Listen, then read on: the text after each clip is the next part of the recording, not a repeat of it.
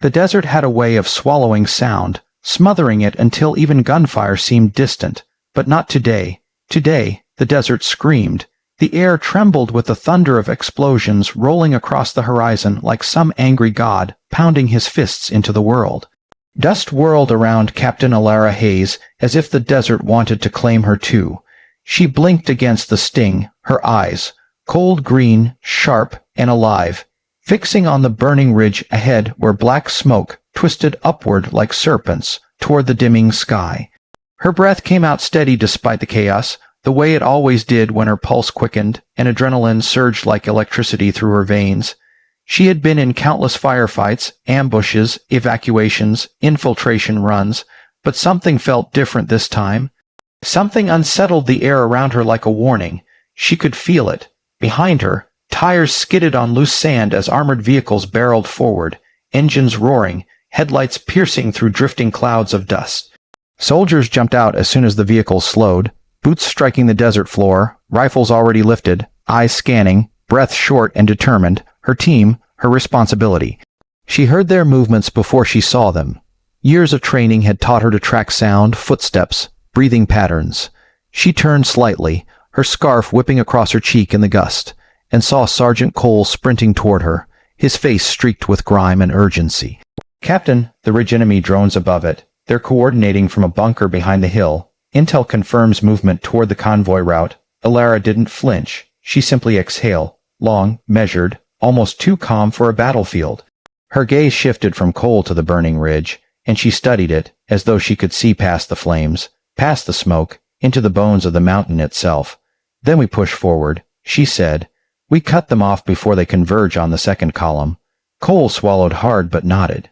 He trusted her. Everyone who had followed her long enough did. She had a reputation, earned through blood and grit, for being the last one standing when things went wrong, and the first one in when things went worse. Her fingers brushed the dust stuck to her brow. Wind tugged at her hair again, whipping it across her face, and for a moment her eyes softened. Barely.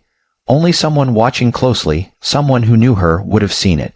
Not hesitation, not fear, resolve, the kind forged from loss. She turned and lifted her radio. "Echo team, form up. We're moving in 2 waves. Vehicles advance at my signal. Infantry cover flanks. Stay low, visibility is trash." Static crackled, followed by affirmations. She dropped the radio to her chest harness and cast one last look at the horizon. Another explosion blossomed from the ridge, sending a shockwave of heat that brushed her face even from this distance. The fire glowed like molten gold against the fading sunset, painting the desert in violent color. She stepped forward, boots sinking into the sand, each footfall deliberate. As she walked toward the front line, the memories she tried so hard to shut out clawed their way to the surface. Another desert, another mission, the faces of soldiers she couldn't save. The guilt never left, not really. She carried it like the rifle slung across her shoulder. Heavy, familiar, always there. But today wasn't about the past. It was about the team behind her. The men and women who trusted her with their lives, who looked to her when fear tried to grab hold of them. She would not fail them, not again, not today. The wind roared in her ears as the convoy engines revved louder, preparing to surge into the firelit chaos. Sandstorm haze drifted around her, giving her silhouette an almost ghostly outline. She reached the front, lifted her fist, and the entire team stopped behind her, all eyes trained on her signal. She inhaled deeply, drawing the hot, smoky air into her lungs. Then she whispered to herself, too quietly for anyone else to hear, "Let's finish this." Her hand dropped. The desert erupted into motion. The convoy surged forward like a steel stampede, engines roaring with a fury that vibrated through the sand. The desert floor trembled beneath the heavy wheels, kicking up waves of dust that swirled into a dense wall behind them. The sun dipped lower, bleeding warm gold and fiery orange across the sky, giving the battlefield a surreal and almost beautiful glow, if not for the smoke plumes rising like dark scars across the horizon. "Maintain distance, keep formation tight but staggered, don't bunch up." Alara's voice carried through the comms, crisp and commanding as she ran alongside the lead vehicle. The soldiers behind her followed without hesitation, sweeping the terrain with disciplined precision. Their rifles were steady, eyes sharp. The ground shook with the rhythmic impacts of their boots as they maneuvered through shifting dunes. It was chaos, but controlled chaos, her kind of battlefield. To the right, a massive explosion ripped the air apart. A blast wave surged outward, sand blasting into their faces. The nearest vehicle rocked violently, its tires lifting off the ground for a split second before slamming back down. "Take cover. Snipers on the ridge," someone shouted.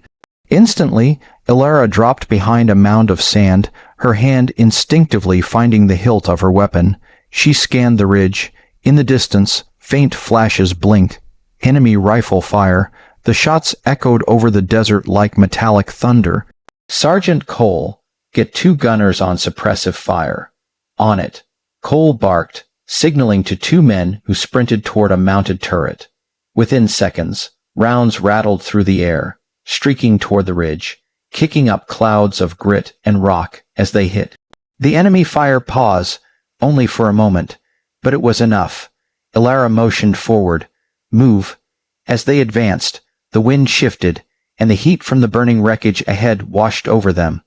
Flames licked upward from a destroyed transport vehicle, the metal twisted and glowing hot. The scent of burning rubber, fuel, and scorched earth filled the air. Her heart clenched. She hated that smell.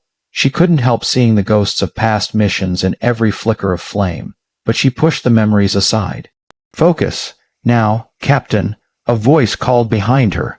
She turned to see Private Malik waving her over, breath labored, drone overhead. Elara looked up. Against the fading sky, a small silhouette zipped in an arc.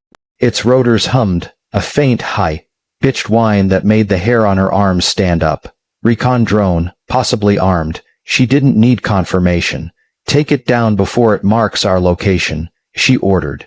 Malik dropped to one knee, steadied his rifle, and fired a controlled burst. The first shot missed. The second clipped one of the drone's arms. Sparks glinted in midair. The third round hit true, and the drone tumbled, spiraling into the sand with a burst of flame. "Nice shot," Elara said, giving Malik a brief nod. She didn't smile. She rarely did, but the glint in her eyes said enough. The convoy continued forward, navigating between small dunes and broken terrain. The path narrowed, cutting through a shallow canyon that stretched toward the ridge where the enemy bunkers hid. Elara lifted her binoculars and studied the formation of the land, steep sides on either end, ideal for ambush. She lowered the binoculars, jaw tightening. "They want us to go through here," she muttered. Cole jogged up beside her. "Trap, without question." He glanced back at the soldiers trailing them. "We go around." She hesitated. Going around would cost them precious minutes. Minutes they didn't have. If the enemy coordinated with their reinforcements, the second column, an entire medical unit, would be caught in a devastating crossfire. "No," she said firmly, "we go through, but we don't go blind." She raised her radio. "Echo team, split formation. Scouts on the ridges. Drones up. We clear this canyon before we enter." As her orders spread through the channel, teams scrambled into position. A pair of small reconnaissance drones lifted from a rear vehicle, whirling upward to scan the terrain. Soldiers climbed the canyon slopes with deliberate, quiet movements, rifles sweeping every shadow. Elara led the main group forward, her boots crunching over loose gravel. Her senses sharpened, every detail amplified. The flicker of wind over sand, the soft hiss of heat from burning wreckage, the faint hum of engines behind her. Her world narrowed to one mission: get her team through alive. As she stepped deeper into the canyon, the walls rising around them like jagged tombstones, she felt the air grow heavy. Something was coming. She could feel it tightening around her like an unseen hand. She gripped her rifle. "Stay sharp," she whispered, more to herself than anyone else. "They're watching us." And somewhere above, unseen eyes were indeed watching, waiting. The canyon seemed to breathe around them, tight, dark, enclosed, its stone walls rising like jagged teeth ready to bite down. Every step echoed with a tension that crawled across Elara's spine.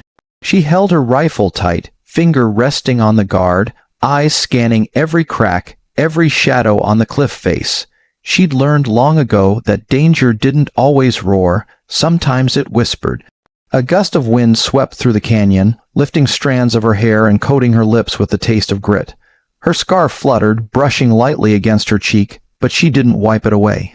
Her focus was locked on the ridge above them. The recon drones fed real-time visuals to her wrist display, blurred silhouettes shifting, too small to be vehicles, too subtle to be random movement. Two hostiles, ridgetop, north side, she murmured into her mic.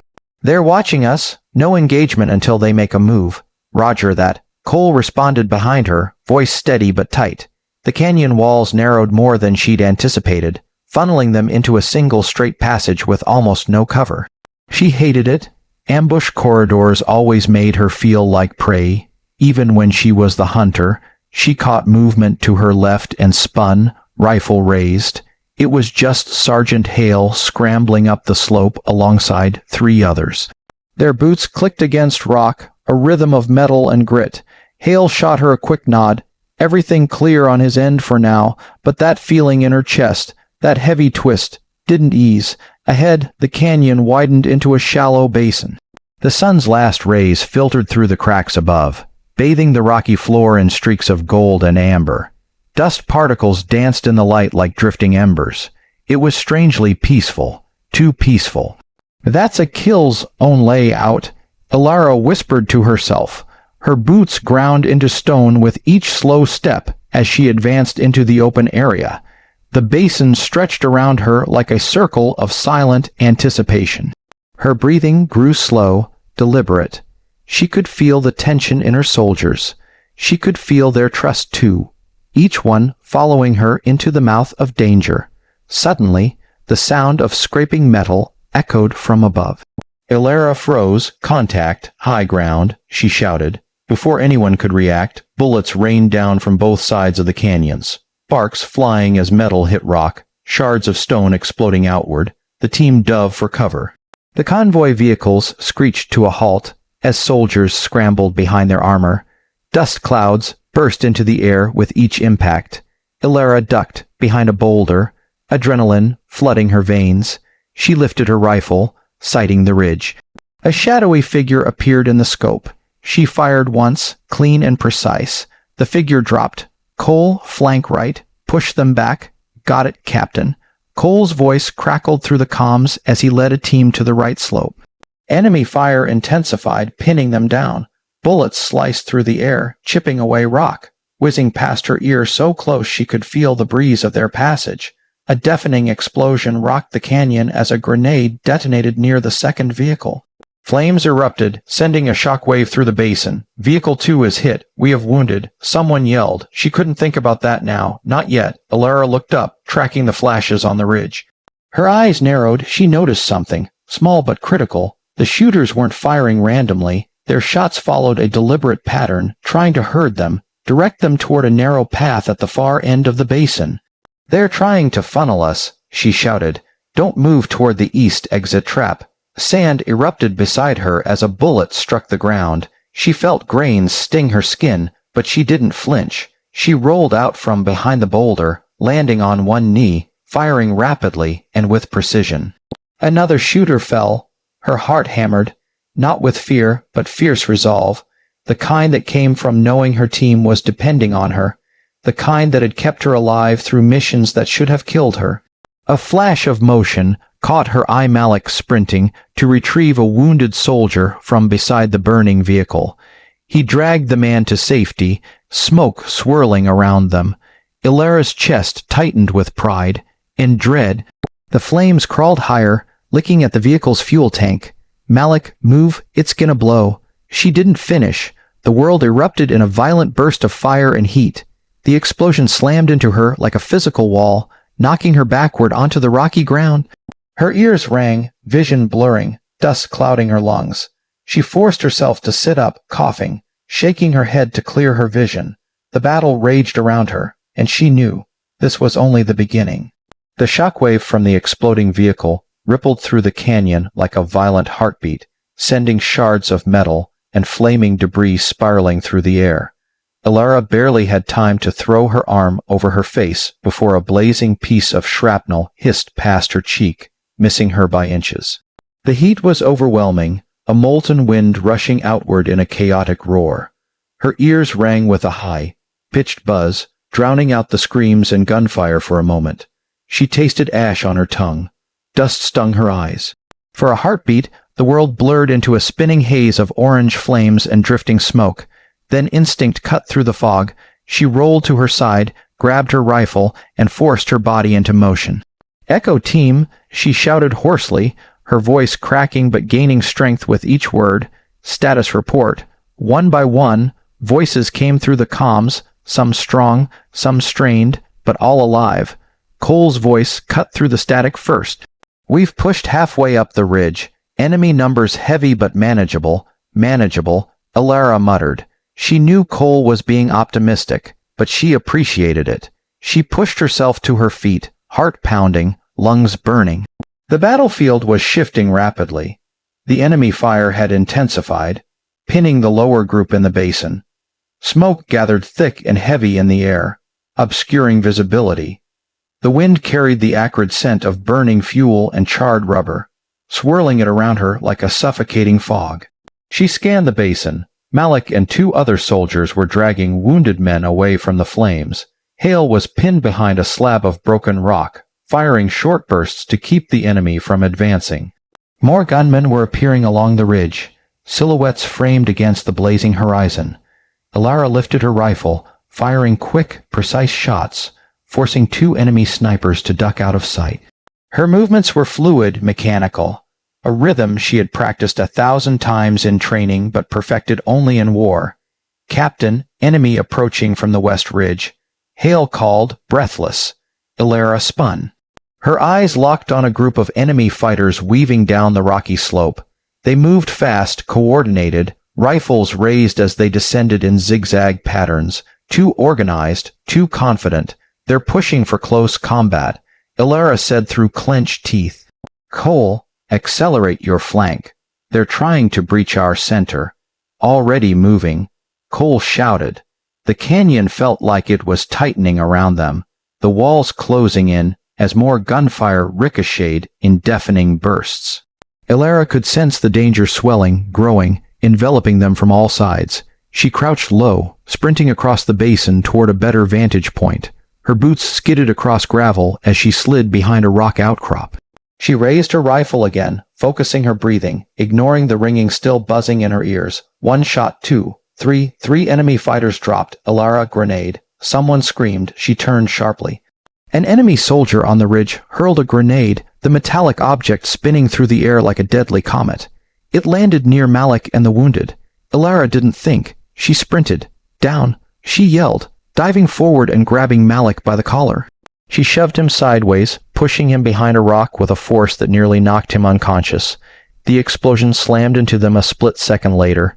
Sand blasted up like a geyser, knocking her backward again. Her back hit the ground hard, her vision flashed white. She lay still for a moment, breathing, pain slicing through her ribs, but alive. "Elara, talk to me." Cole's voice crackled through the comms. She pressed her finger to her earpiece. Still breathing, she rasped, "Keep moving." She pushed herself up, leaning on the rock for support, and reached for her rifle. Pain shot through her side, but she forced herself to ignore it. Pain meant she was still conscious, still capable. The enemy fighters continued pressing forward, bullets streaking down like deadly rain. The canyon echoed with chaos, smoke thickening, flames licking upward like hungry beasts. Elara knew this couldn't last. If they stayed pinned, the enemy would wipe them out methodically. She needed to break the chokehold. "Echo team," she said, her voice low but unshakable. "Prepare for a push. On my mark, we break out of this basin and take the ridge. Captain, that's suicide." Hale panted. "It's suicide if we stay here," she answered coldly, silence on the comms, then, one by one, "Roger. Yes, ma'am. Ready when you are."